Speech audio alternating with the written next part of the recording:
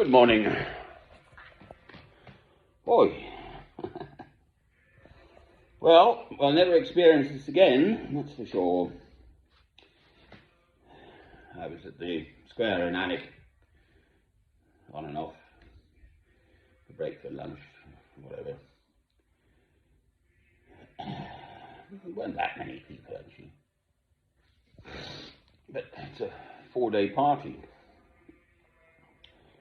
All this stuff. Oh.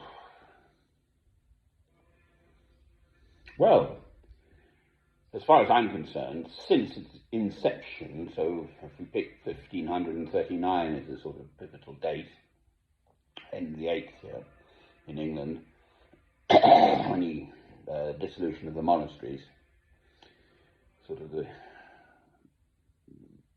foundation of the Church of England. Well, the Queen is the supreme governor of the Church of England, the sort of titular head, but she's the head of the army, and this is just rubbish.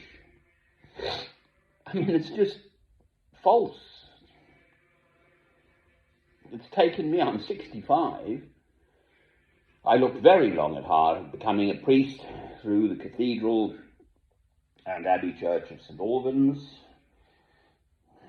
going to matins and evensong, and I had my own little home in Newport Pagnell, and my folks' place still had rooms there down in Mill Hill in northwest 7 London. So up from Mill Hill it was, well, down from my place in Newport Pagnell it was 35 miles to St Albans, and up from Mill Hill was 15 miles or something. And I was always there for years, several years in the 90s. Matins, evensong, said evensong, so you do it, it's called antiphonally. You speak the psalms, so 2, 3, 4, perhaps half a dozen souls, that's all. I gather Desmond Tutu turned up once. The place was packed. Oh dear. It's got the best acoustic, this cathedral, that cathedral. It states 1077 to 1088 it was built. Yeah, that's a big main. There were other churches on the same site earlier, but Verulamium, so going back to Roman times. So St Alban, Roman centurion, as far as we know, met someone who was called Amphibulus. Amphibulus actually just means cloak, apparently, in Latin. But anyway, and saw the life of Christ.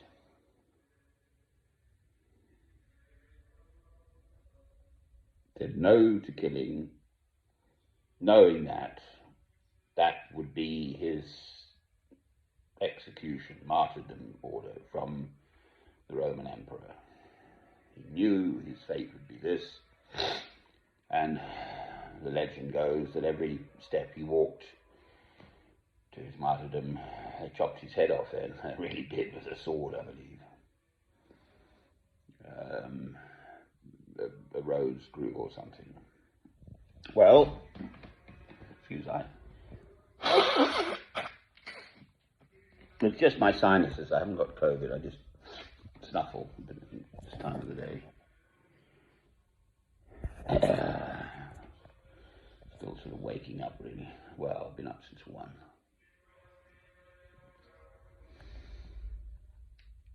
So, I mean, as a human being, she's a, nice old duck, basically. I lived in Staffordshire for a while. Well, quite a while, actually. 10 years, I think, on and off. And everyone's a duck, right? So this big, hairy bloke, as it were, he called me duck, and I looked at him, and I thought, you can't call me a duck. But everyone calls everyone a duck. Hello, duck. You're a duck. So I did calm down.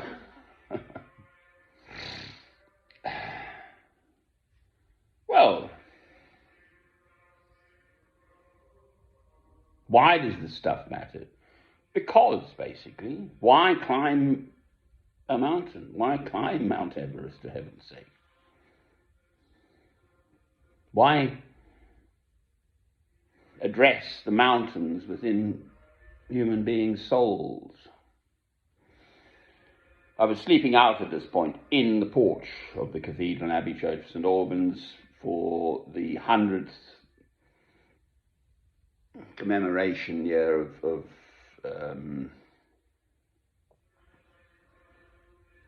the ending of the First World War, the war to end all wars, incidentally. My own father fought on the Somme here, so I still sent apart my hair.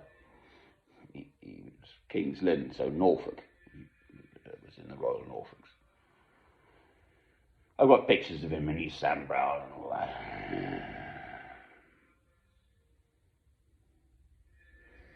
I was sleeping in the porch, but they did a sort of sonne lumiere, so they took all the chairs out of the main body of the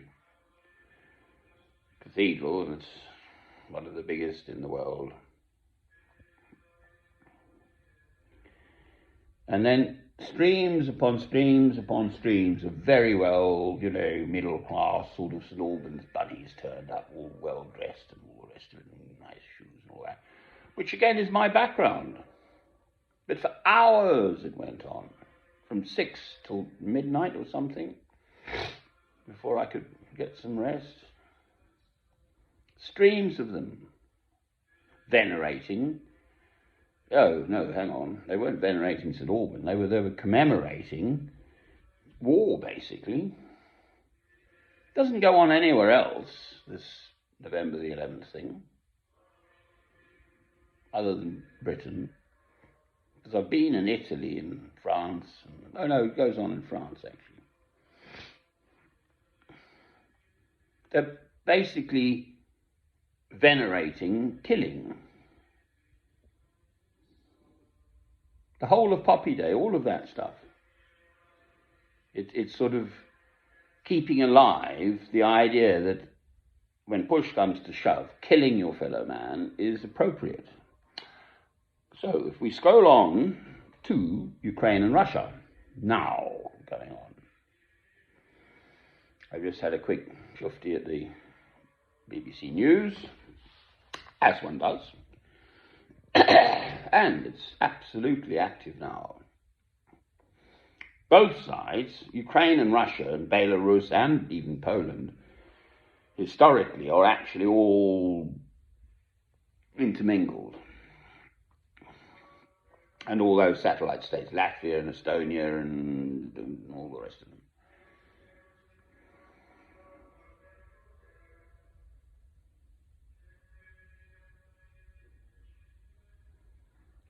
Putin cozies up to the patriarch of the Russian Orthodox Church. There was this great schism thing when the Eastern churches broke off, actually, I think, which is more in the 1000, something like that. I must look it up, but it was before the Reformation. English, British, Martin Luther, the pivotal date is 1517. 31st of October, 95 theses posted on the castle wall at Wittenberg, where I've been, because I'm made this way. Apparently, they weren't actually posted on the wall, but anyway, he certainly wrote to Martin Luther, who was the sort of founding father of the Protestant movement, with Calvin and others.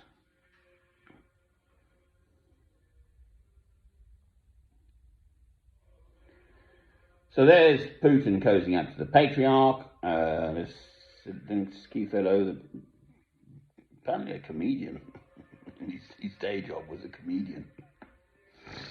I mean, he's bearing up remarkably well, leading from the front, dressed in his military stuff. Young men are dying, mostly young men, I think, and then the ordinary people. I mean, can you imagine what it's like to be in a cellar with corpses in the corner, rotting, while the bombs go off overhead? Well, I mean, I just go to my kitchen here and I turn on the tap and I get beautiful, fresh, clean drinking water, just like that. Well,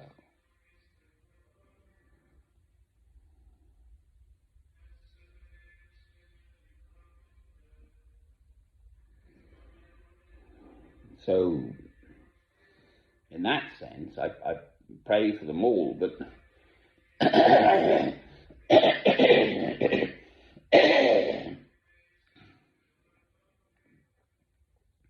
in the sense that it doesn't make any sense, I just say it's absolute. For heaven's sake, get around a table and start talking and start killing. I gather, actually, part of the game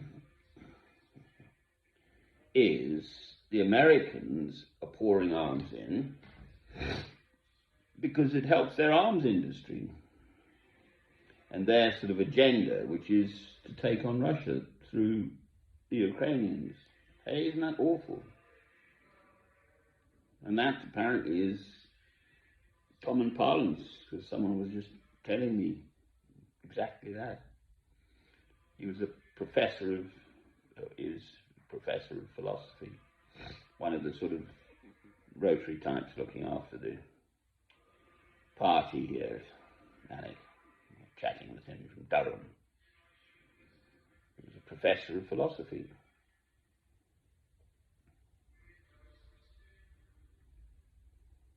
Well, I mean, how utterly awful.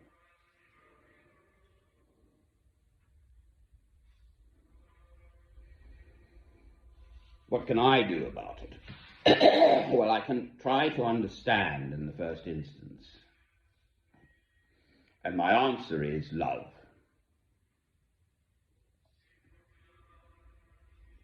The two commandments: love God, love your neighbor as yourself. Amen. There's nothing else. So what's going on now is possibly the lead up to Armageddon, the end times. If it gets out of hand, more so. I mean, 80 million or something starving people now because of the grain from Ukraine can't get out. They've got 15 million tons of grain stored or something.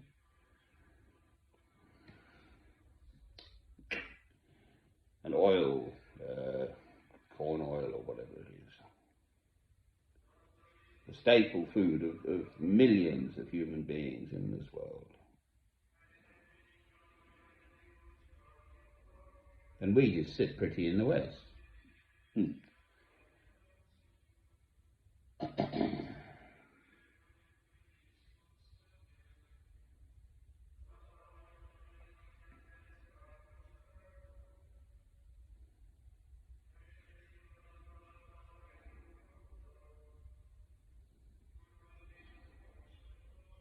This is the best that I can do, to seek to understand, to pray about it, and to speak as a Christian.